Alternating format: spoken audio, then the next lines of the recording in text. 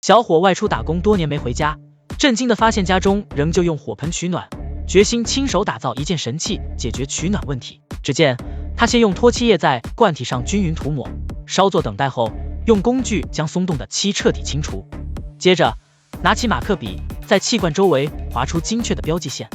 不仅如此，他还拆除了玻璃盖上的手柄，将玻璃锅放置在气罐顶部的中心位置，并绘制出玻璃锅的轮廓。接着用角磨机沿标记线切割出一个圆形窗口，而窗口边缘还需打入3个螺丝，后续固定玻璃盖。然后他继续切割出第2个圆圈，并在荷叶上切出一个弧形，专门用来焊接在灶门上，形成一个美观的圆环灶门。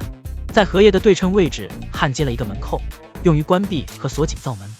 接着他将一块铁板放置在工具上，左右折弯成90度角，制成 U 字形。在 U 字形铁框的两端分别各焊接一块铁板，并在铁板上刻画出一个半圆，再用角磨机将其精确切割出来。他在铁板两侧分别打出几个对称的孔洞，然后切割出几根与铁板长度一致的钢管，将钢管嵌套进孔洞内，并通过点焊的方式固定。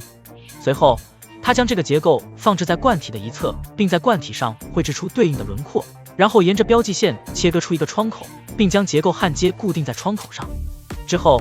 再次用工具将铁板两侧折成90度，形成另一个 U 字形，并在一端焊接上一块铁板，同时将铁板切割成一个与罐体相吻合的弧形，绘制出灰斗的轮廓后，在轮廓内绘制一个长方形，并切割出来，形成落灰窗口。接着将灰斗焊接固定，并在罐体上焊接4根角铁作为炉灶的支撑腿。然后他再次将一块铁板折成 U 字形，并在一侧焊接一块铁板，中心安装一个手柄，制成一个灰盒。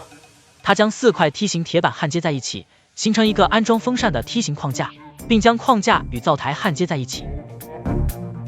在灶台上标记一个圆圈，并沿标记线切割出圆口作为排烟口，然后在排烟口上焊接一节钢管，方便后续安装烟筒。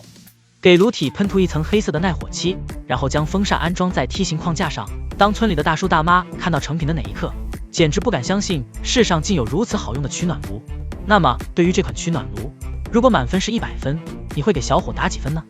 喜欢的可以点赞收藏起来，关注我，下期分享更多创意制作。